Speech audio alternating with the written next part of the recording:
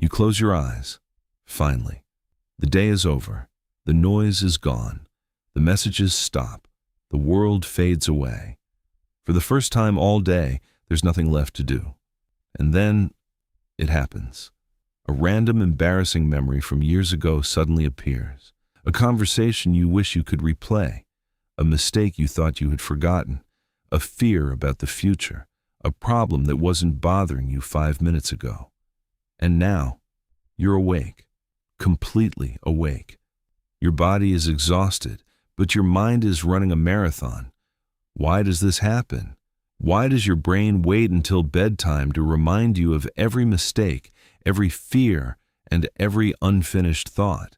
And more importantly, how do you stop it? The answer begins with something most people have never heard of. Inside your brain is a system called the default mode network. Think of it as your brain's background mode. When you're busy working, scrolling, talking, driving, or watching videos, this system stays relatively quiet. But when external stimulation disappears, it wakes up, and its favorite subject is you, your past, your future, your decisions, your relationships, your regrets, your fears. During the day, distractions keep these thoughts hidden. Notifications, work, friends, music, videos, endless stimulation. But at night, all of that disappears. And suddenly, the thoughts that were waiting in the background finally have a chance to speak. The strange thing is, most of these thoughts were already there. They didn't suddenly appear.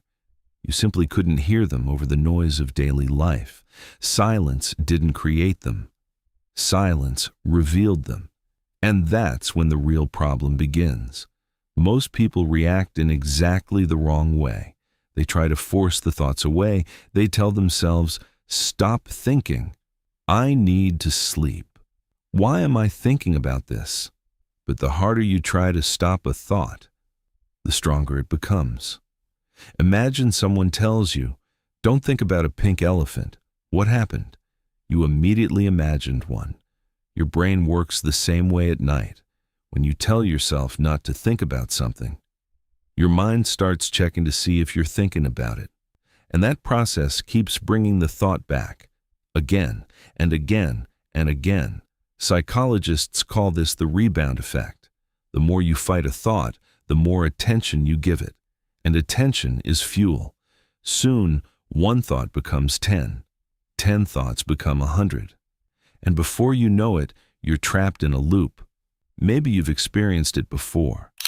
You remember something embarrassing from high school. Then you start wondering why you said it. Then you think about what people thought of you. Then you question your social skills. Then your confidence. Then your future. And somehow, one tiny memory has turned into a full existential crisis at 3 a.m. The same thing happens with fear. A simple question appears. What if I fail? Then another. What if I never achieve my goals? What if I'm falling behind? What if everyone else has figured life out except me? Your brain starts creating imaginary futures. And because it's nighttime, because you're tired, because you're emotionally vulnerable, those imagined futures feel real. But here's something important to understand. Your brain is not trying to hurt you. It's trying to protect you. For thousands of years, the human brain has evolved to search for problems. The brain isn't designed to make you happy. It's designed to keep you alive. That's why negative thoughts often feel louder than positive ones. Your brain sees potential threats and immediately zooms in on them, even if those threats exist only in your imagination. At night, when everything becomes quiet, your brain finally has the opportunity to review unfinished business, unresolved emotions, unanswered questions, unprocessed experiences. The problem is that many of us spend the entire day avoiding those things. We distract ourselves, we stay busy, we scroll endlessly. We never give ourselves time to process what's happening internally. Then bedtime arrives, and all the emotions we've been avoiding show up at once. It's like ignoring your mailbox for 6 months. Eventually, you're going to have to open it. So what can you do? The answer isn't to fight your thoughts. It's to change your relationship with them. First, write things down. Before going to bed, spend 5 minutes writing whatever is on your mind. Problems, worries, ideas, tasks, anything. Getting thoughts onto paper tells your brain that they have been recorded, that they won't be forgotten. And surprisingly, that often reduces mental noise. Second, stop treating every thought as important. Not every thought deserves your attention. Not every fear deserves analysis. Not every memory needs to be revisited. Thoughts are like clouds. Some are worth noticing.